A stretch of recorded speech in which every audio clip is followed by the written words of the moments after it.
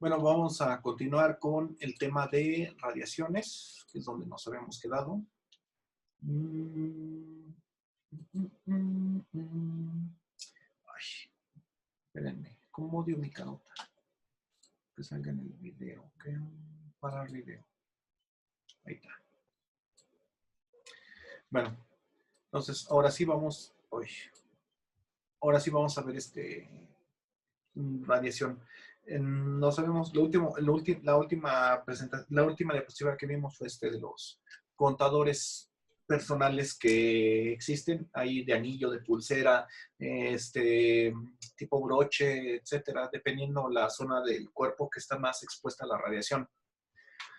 Pero bueno, uno de los inventos relacionados con los rayos catódicos son, por ejemplo, las lámparas fluorescentes, donde aceleras un haz de electrones, el cual impacta moléculas de gas, y al impactarlas, el gas se transforma en plasma, y este plasma, al impactar a altísima velocidad las paredes del tubo, ocasiona la fluorescencia del material que está en el tubo, y que normalmente es fluoruro de potasio o algo similar, y entonces es como viene dada la fluorescencia. Pero en sí, no necesita volverse plasma una sustancia para emitir luz. Con que esté lo suficientemente caliente, por la teoría de cuerpo negro, va a emitir luz. Esta teoría nos dice que entre mayor sea la temperatura absoluta a la cual está un cuerpo, y que sea negro, por supuesto, para que no refleje la luz de otro cuerpo, entonces, la frecuencia de la radiación electromagnética que emite es directamente proporcional a la temperatura de dicho cuerpo. Entonces, por ejemplo, si un cuerpo se encuentra a 1500 grados Kelvin, emite normalmente ya en rojo. Por ejemplo, si calentamos un metal, se pone, digamos que al rojo vivo, como algunos lo han visto alguna vez cuando calientan un metal. Si lo calientan más, ya empieza a brillar un color naranja o incluso amarillo. Y si lo calientas todavía más, brilla el color blanco. Ese es el efecto de que brilla el blanco vivo, y así es como funcionan los focos tradicionales que tienen filamento de tungsteno, que se calienta tanto que brilla el blanco vivo, que están cerca de los 5000 grados Kelvin, para que pueda dar esa emanación de radiación. Entonces, conforme vas aumentando la temperatura, va aumentando la frecuencia de los colores que emite, y llega un momento en el que si calientas más alguna sustancia, va a estar emitiendo en luz violeta. Y no solamente en violeta, sino en ultravioleta. Entonces, las lámparas de ultravioleta que se utilizan para esterilizar principalmente superficies, estas funcionan con vapor de mercurio, y este vapor es ionizado a 8000 grados Kelvin para que pueda emitir en ultravioleta. Y bueno, aquí vemos la clasificación del ultravioleta. El ultravioleta se divide en dos grandes regiones: el ultravioleta lejano y el ultravioleta cercano. Pero a le llaman como que cercano, o la luz negra, y luz ultravioleta lejano, pero en realidad el ultravioleta llega todavía más para abajo. Todavía hay de más de 100 nanómetros, pero es como que el más lejano.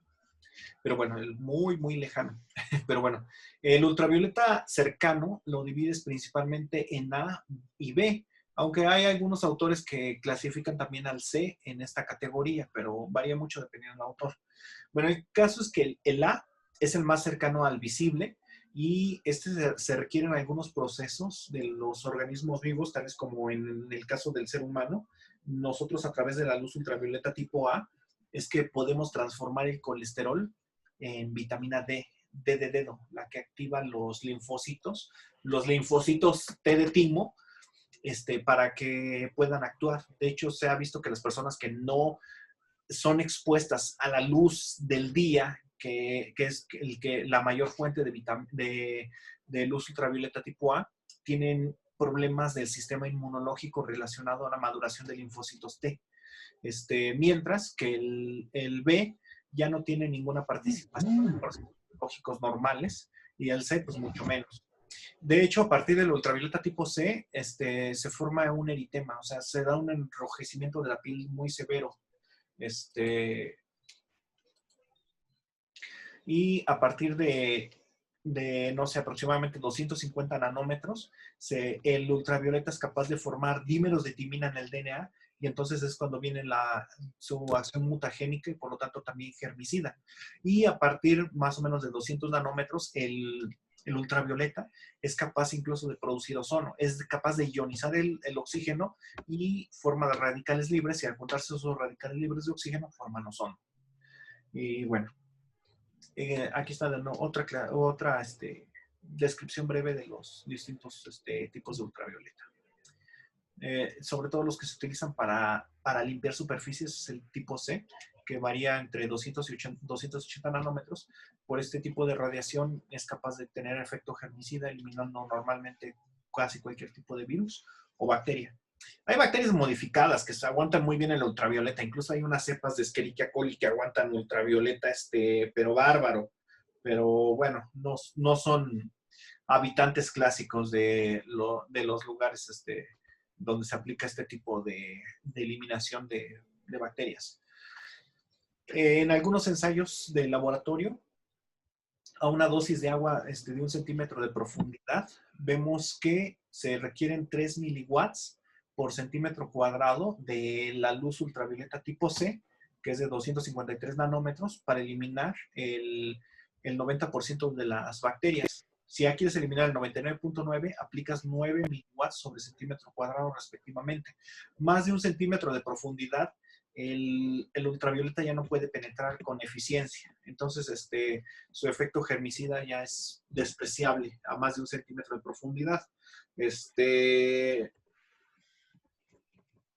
El ultravioleta es absorbido fácilmente por el vidrio. Entonces, por eso, por ejemplo, cuando se hacen estudios de espectrofotometría, las celdas que se utilizan son de cuarzo, porque son un tipo de cristales que permite penetración del ultravioleta sin absorción. Y vamos a hacer unos problemitas de esto de eliminación de microorganismos un poquito más adelante. Entonces, la luz ultravioleta de alta frecuencia, normalmente 200 nanómetros, tiene la ventaja de que adicionalmente produce ozono, y tiene un efecto desinfectante en el agua. Por eso algunas potabilizadoras, que hoy en día son muchísimo más comunes, cada vez más comunes, mejor dicho, verán que dice que tiene efecto, bueno, la purificación la hacen mediante ozono, luz ultravioleta o ambos, pero realmente cuando hacen por ozono no inyectan el ozono, lo fabrican ahí mismo normalmente con las lámparas de luz ultravioleta. Y bueno, se utilizan para la esterilización de superficies, sobre todo en laboratorios que requieren una limpieza exhaustiva. Incluso hay laboratorios donde literalmente dejan prendidas casi toda la noche las lámparas.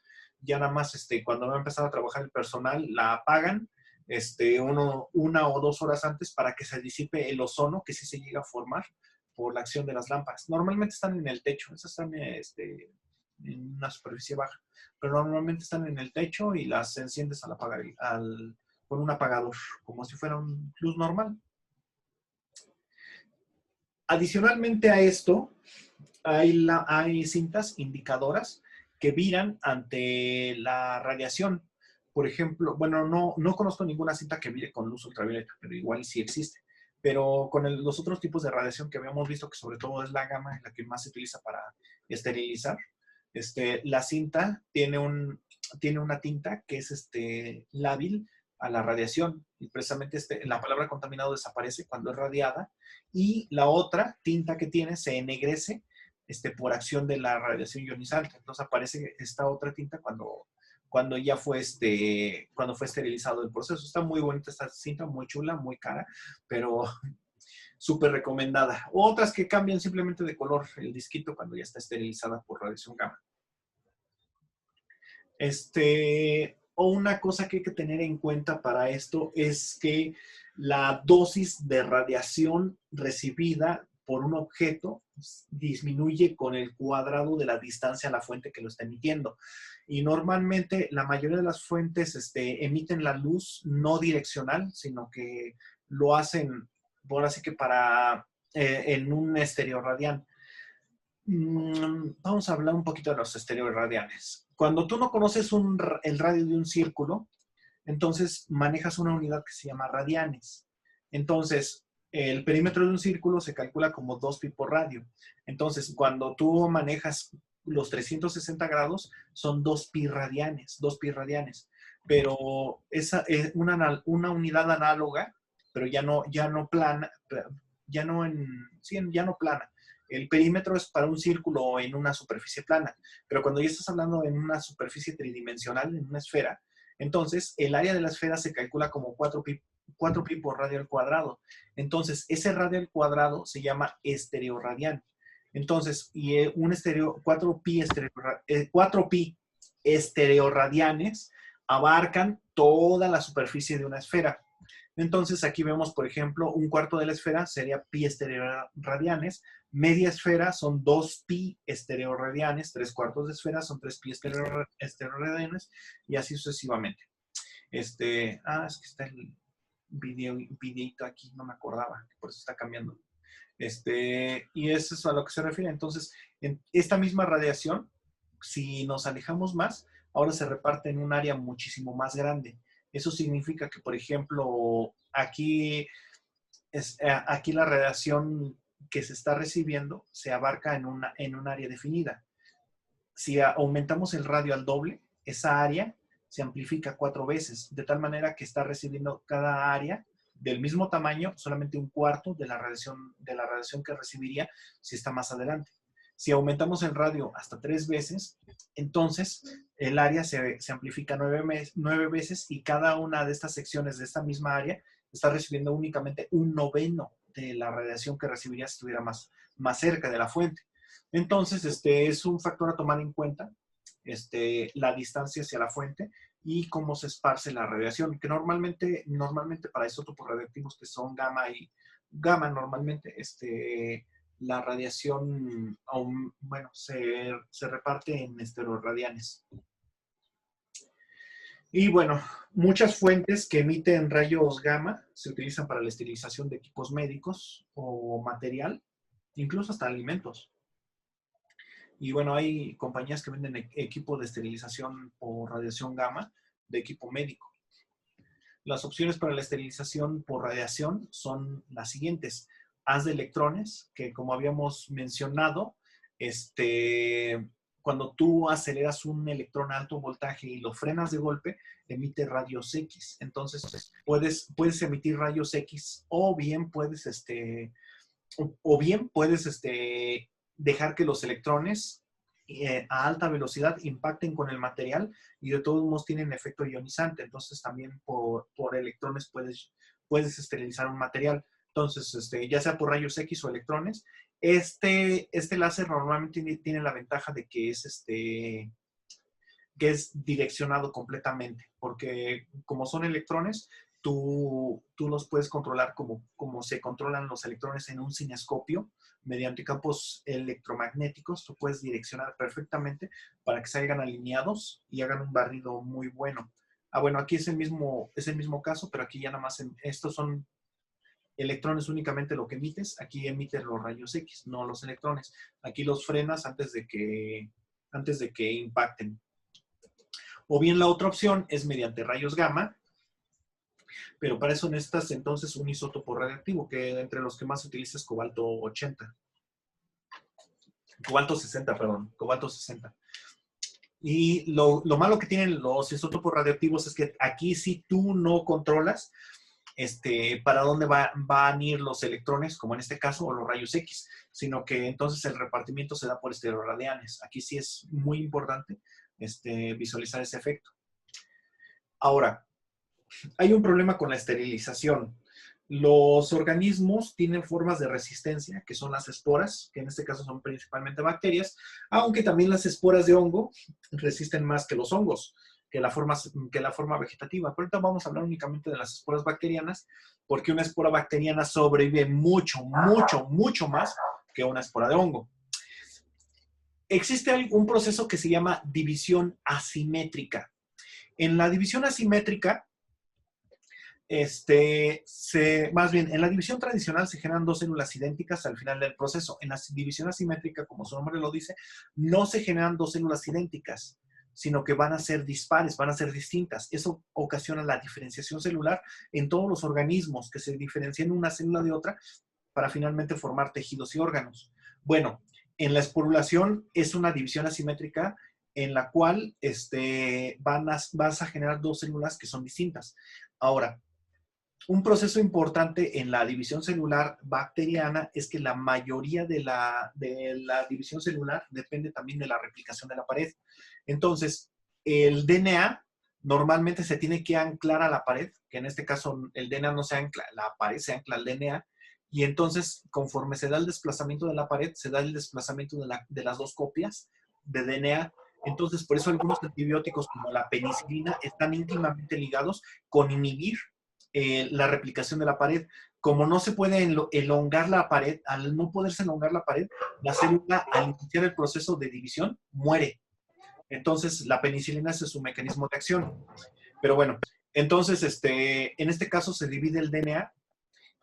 Estas invaginaciones de la pared arrastran el DNA hacia los polos de la célula y entonces se forma aquí ya un pseudosepto que separa a las dos células hijas.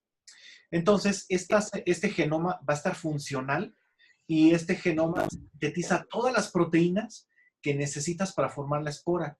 Aquí entonces se van a anclar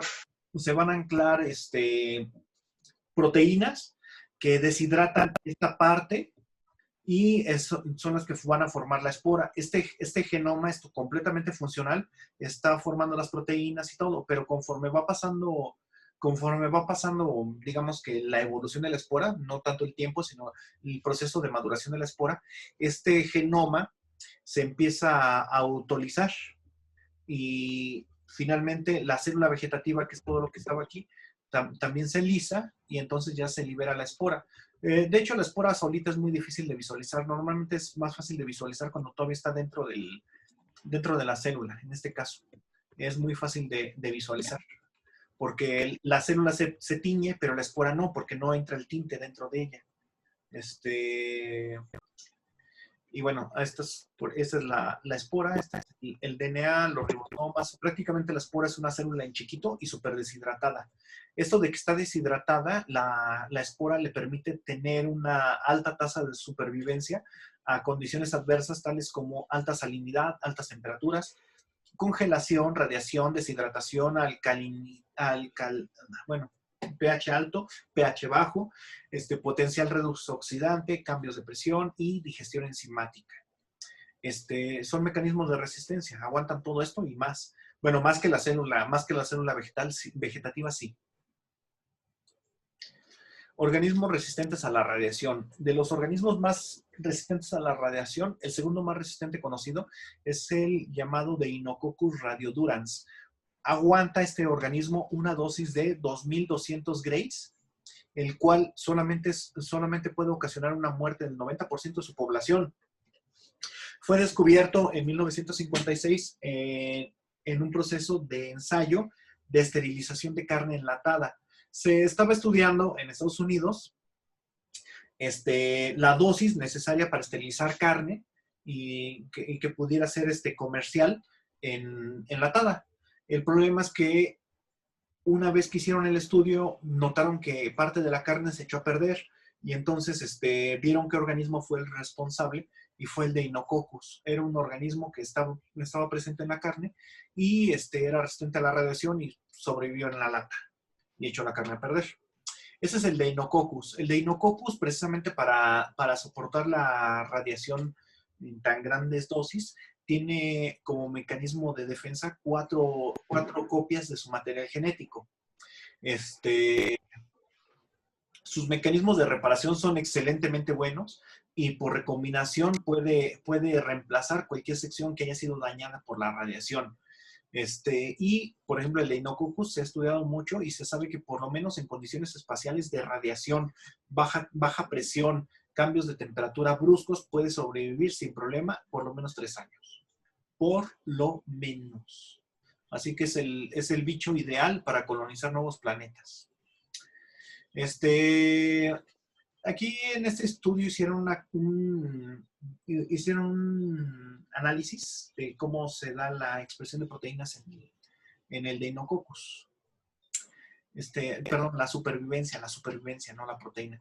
La supervivencia como les había mencionado, también involucra no solamente la radiación, sino condiciones redox oxidantes. Y uno de los agentes oxidantes más potentes que existen es el peróxido de hidrógeno.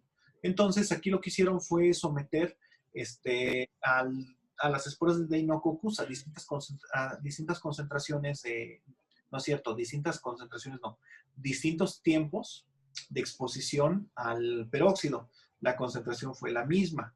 Y entonces vieron una tasa de supervivencia, como se muestra aquí en la figura, que iba reduciéndose con el tiempo. Sin embargo, vieron que también cambiaba la morfología microscópica del organismo, como logramos ver aquí.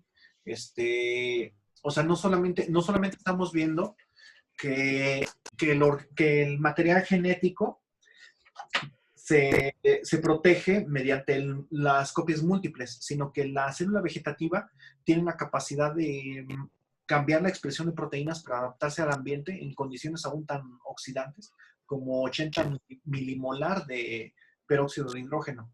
80 milimolar es muy alto. Y sin embargo sobrevive en condiciones de oxidación muy extremas. O sea, no solamente tienes problemas con el Deinococcus con la radiación, sino que sobrevive a agentes oxidantes tales como el peróxido o el cloro. Y bueno, otro organismo también súper resistente a la radiación, que este es el que tiene el Guinness Record de resistencia, es el Thermococcus gamma-tolerans, y son varias especies. Aguanta hasta 5000 grays sin que haya pérdidas de viabilidad en sus células in vitro. Fue descubierto en el 2003 en una cuenca de Guaymas. ¿Sí? Aquí en México. Tiene una temperatura óptima de crecimiento de 88 grados centígrados y algo que también favorece su crecimiento es la presencia de radiación. O sea, no solamente la tolera, sino como que le gusta para crecer mejor. Sería interesante ver cómo se comporta su Mew con respecto a los grays que recibe de radiación, pero bueno. Entonces, también soporta presiones altísimas porque fue aislado de un desfogue marino, de un volcán submarino, literalmente. Y por lo tanto también aguanta temperaturas altas, acidez, de todo. O sea, esa es la morfología microscópica del Thermococcus. Algo que nos hace entrar en duda qué está pasando es que, pues, no solamente el criterio de alta temperatura, salinidad, presión y acidez son los criterios de selección sino que también tuvo que tener una selección de radiación. Eso significa que por alguna extraña razón que nosotros no conocemos, dentro o cerca de las chimeneas volcánicas del fondo marino, hay radiación muy alta para que aguante radiaciones tan altas. O sea, estamos hablando de cosas peores que las de Chernobyl, a las que se está enfrentando este microorganismo. Por alguna extraña razón, nosotros no estamos detectando esa radiación aún en exploraciones submarinas. Algo nos está hablando de los misterios de la Tierra que no sabemos ni siquiera por qué pasan estas cosas, pero de que hay radiación ahí y si está siendo un criterio de selección, está pasando ese fenómeno. Y bueno, estos organismos tienen múltiples arreglos que les permiten arreglos proteínicos que les permiten ser resistentes a la radiación. Como habíamos visto, la radiación, uno de sus mecanismos de acción es precisamente la radiólisis del agua. Entonces, estos organismos, en las moléculas de DNA que tienen, normalmente tienen protección contra esos radicales del agua. Y bueno, son sujetos de estudios desde hace muchísimos años precisamente para la colonización espacial, porque la radiación en el espacio llega a ser hasta 300 veces más de la que nos llega en la superficie de la Tierra. Y bueno, esta es la tasa de supervivencia de distintos organismos ante la radiación. Entonces vemos, por ejemplo, como la mayoría de los microorganismos no aguantan la radiación. Pseudomonas pútida, que es un problema de salud a veces, o de microbiología sanitaria, no aguanta mucho la radiación. Escherichia coli, más o menos. Thermophilus, más o menos también. Enterococcus, que también puede ser un problema de salud, no aguanta. Halobacterium ya tiene un poco de resistencia, pero estos se llevan de calle a todos los demás y vean la escala, esto es un kilo Grace. Kilo Grace. Un ser humano con 100 Grace ya se muere. O sea, no aguantamos menos de lo que aguanta una Neisseria. Ah, gonorrea. Ay, caray. Bueno, esos es unos datos de las cantidades de alimentos que son esterilizados mediante radiación. Aquí estamos hablando de 405,000 toneladas de alimentos que habían sido irradiados precisamente para método de conservación, tan solo en el 2005. El número obviamente hoy en día pues, es mayor. Las fuentes de energía para hacer esto normalmente son cobalto 60, aceleradores de electrones, los cuales aceleran a los electrones hasta de 5 a 10 megaelectronvolts, y máquinas generadoras de rayos X, que es prácticamente lo mismo. Es el mismo electrón, pero lo frenas para que genere los rayos X. Y bueno, aquí está entonces una comparación de algunas propiedades que tienen las distintas radiaciones, perdón, la radiación gamma contra las de electrones. La energía que emite, esta normalmente es fija, esta puede ser variable, dependiendo de la fuente. La dosis, esta normalmente es baja. Estas son dosis muy altas. Estas estamos hablando de 1 kilogray por hora. Esto estamos hablando de hasta 1 kilogray por segundo. Es altísima. Bueno, prácticamente 3,600 veces más. El poder de penetración de estos es normalmente grande. Estos es pequeña porque son electrones. Recordemos que son rayos beta. Por lo tanto, se pueden detener hasta con una hoja de papel. No es cierto, el papel no nos detiene. Tiene que ser aluminio. Pero bueno, el problema con estos es que normalmente no llegan a zonas que están un poco escondidas en los materiales, sobre todo alimentos. Ahí sí es riguroso que lleguen. Pero bueno, tienes la opción de frenarlos antes de que salgan y producir rayos X, y entonces los rayos X ya tienen el poder de penetración muy grande. Tienen una emisión isotrópica y esta es unidireccional. ¿Qué significa isotrópica? Que es que, como vimos, se comportan como los estereoradianes que habíamos visto, es decir, se da para todas direcciones. Estos no, estos tú los puedes direccionar perfectamente con bobinas. La operación es continua, estos tú los puedes prender y apagar. O sea, estés usando o no estés usando la fuente va a seguir emitiendo rayos gamma, la uses o no. La eficiencia del campo aquí es baja, aquí es muy alta, el control es muy simple, aquí es muy complejo, necesitas un operador competente y equipo técnico bastante especializado para lograr operar un aparato de estos, mientras que aunque también necesitas un poco menos de artilugios tecnológicos y de personal. La confiabilidad de es muy alta y también es variable, pero normalmente es muy alta. Aquí viene entonces también una comparación de distintas fuentes de rayos gamma. Aquí está el cobalto 60, el cesio 137.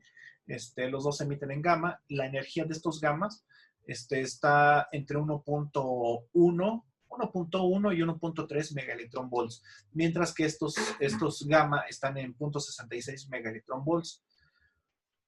Aquí el cobalto está en forma de metal, aquí está en forma de una sal. La vida media de este es de 5.26 años, este es de 29 años, 30 años prácticamente. Esa es la actividad específica. La actividad se mide en desintegraciones o emisiones por segundo y emite de 40 a 700 curies sobre gramo. Es decir, un curie es una desintegración o una emanación por segundo. Significa que un gramo va a emitir aproximadamente 70 fotones de rayos gamma con esta energía. Mientras que estos tienen una actividad de aproximadamente 20 a 25 curies por cada gramo. La actividad en kilowatts es variable, aquí esta es mucho mayor. Y bueno, aquí hay una comparación de las situaciones de las instalaciones de radiación, la mejor estimación con más de 240 instalaciones de radiación gamma en operación alrededor del mundo. Antes de los 80s, las instalaciones hasta entonces eran de aproximadamente 1 megacurie de capacidad, es decir, 1 millón de desintegraciones. Después de los 80s se triplicó la capacidad, a finales de los 90s se volvió a duplicar esa fase, ahora tenemos 6 veces más que a los 80s, y hoy en día se manejan aceleradores que pueden trabajar hasta 10 megaelectron volts. Si volvemos a la tablita de lo que son 10 megaelectron volts, hoy está muy arriba, pero bueno, vamos a ver. Antes de la clase de hoy. Ay, caray, sí fue mucho lo que vimos. Uy, no debí haberme regresado. Aquí está. Ay, no te regreses tanto. 10 megaelectron volts es aquí. 10 megaelectron volts. O sea que aún en plomo pueden viajar. Aquí son 10 centímetros. Este es 1 centímetro, 2, 3, 4, 5, 6, 7 centímetros en plomo. 10 megaelectron volts es una bestialidad. En cobre o en hierro estamos hablando ya de que prácticamente pueden penetrar 20 centímetros. Obviamente en agua, pues ya estamos hablando de varios metros, como 8 o 9 metros en agua o en acrílico. No, pues en aire estamos hablando de 1 kilómetro, 2 kilómetros casi que recorre un electrón con esa energía en el aire. O sea, es una barbarie de verdad, pero bueno, para esterilizar está bien. Porque es lo que tú quieres, que no quede nada vivo. No quieres que quede medio esterilizado, sino completamente esterilizado. La ubicación de los irradiadores gamas están en más de 55 países, pero la mayoría están obviamente en países de primer mundo, aunque en Asia también se manejan algunos. Bueno, algunos muchitos. Aquí hay otros datos de los alimentos que son esterilizados por radiación. Estamos hablando, por ejemplo, de ajo, papa, carnes, mariscos, otros alimentos, especies deshidratadas y granos y frutas. Pero entonces la mayoría son especies y vegetales. Sobre todo, pues obviamente los vegetales lo que te interesa es que tengan una vida de anaquel muy alta, porque la radiación gamma, además de destruir a los microorganismos, también destruye muchas enzimas que participan en el proceso de pudrición de la fruta. Entonces, por eso, bueno, de los vegetales en general, por eso es que es una de las áreas más socorridas. De hecho, también aquí, desgraciadamente, también en granos y cereales, también vemos que muchas veces el grano es de muy buena calidad, de muy alta calidad, y precisamente para que no sea sembrado, los que lo venden lo esterilizan por radiación gamma para que ya no te lo puedas piratear, sino lo tengas que utilizar para la producción de harina o para el fin que esté destinado. Y bueno, este es el esquema básico de una instalación de irradiación. Entonces aquí se carga el producto, viaja, aquí este es un bloque que sirve de protección. Aquí también es como una protección extra, pero entonces él viaja normalmente en un andén, hace este recorrido. Aquí está la fuente de radiación. Recordemos que es radiación gamma, entonces sale en todas direcciones. Entonces también va a salir en esta dirección. Entonces, sabe, aquí la detiene este muro y esta protección extra.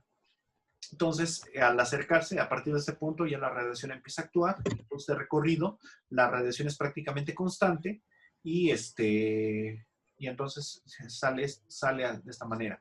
Y tiene este otro camino para el personal. Tú podrías ingresar por aquí, te vas por acá y aquí estás protegido de la fuente radiactiva, y en dado caso que se necesita trabajar con la fuente, hacerle una modificación, algo, accedes directamente sin tener que radiarte, porque si sigues el camino de que sigue el alimento, pues sí te vas a radiar bastante. Ese es lo mismo, pero en tercera dimensión. Aquí vemos las entradas, cómo se va dando. Incluso hay unos que hacen este serpenteo precisamente para recibir mucho más dosis. Y luego ya sale. Fuentes de radiación ionizante utilizadas en la industria. Está la radiación gamma proveniente de los isótopos de cobalto 60, cesio 137. Ya habíamos visto las energías de esto, ya lo habíamos visto. Los rayos X también es de 7 megaelectron volts. Aquí hay unos criterios de selección, así que depende qué es lo que quieras hacer. Por ejemplo, para irradiación de dosis bajas se utiliza mucho para inhibición de brotes, retardo en la maduración, desinfección de insectos. Esto es muy importante para control sanitario porque, por ejemplo, para Drosophila Suzuki, es una mosca que no está presente en el país y que es un problema no es de salud, pero sí de interés económico porque daña casi cualquier tipo de fruta. Bueno, porque pone sus huevos directamente sobre la fruta y nace la larva, a diferencia de otras drosófilas que no pueden ovopositar sobre la fruta. Entonces, tú cuando importas fruta de otros países donde sí es endémica la drosófila Suzuki, que por el nombre ya han de saber que viene de Asia, entonces, de esta manera, tú puedes ingresar fruta al país que ya no tenga estos parásitos, bueno, estos insectos o otro tipo de parásitos como el miltos. Por ejemplo, uno de los parásitos de interés económico más importantes es el nemátodo de la flavescencia dorada, que es muy común en países como Canadá, que México no tiene. Estos huevos del milto, no son el milto, dije el milto, son nematodos, perdón. Los nematodos de la flavescencia dorada son muy comunes en Canadá sí, en Canadá, en Estados Unidos no he visto. Y que no hay en el país. Entonces, cuando tú irradias la fruta o lo que estés importando, evitas que vayan a llegar estos huéspedes ahí.